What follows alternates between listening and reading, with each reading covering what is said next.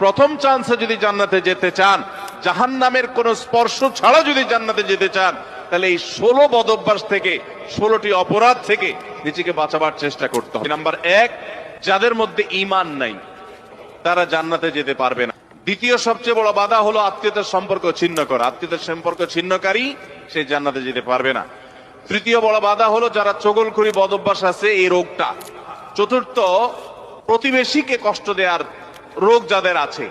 5 নম্বর হলো অহংকার। 6 নম্বর হলো প্রতারণা করা মানুষের সাথে, মানুষকে ধোঁকা দেওয়া। 7 নম্বর হলো দান করার পর খোটা দেওয়া।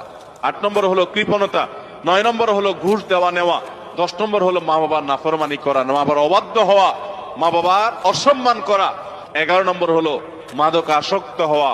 12 নম্বর হলো হারাম উপার্জন দ্বারা, হারাম খাদ্য দ্বারা, পানীয় দ্বারা শরীর গঠন করার। আর 13 নম্বর হলো রূঢ় স্বভাবের হওয়া।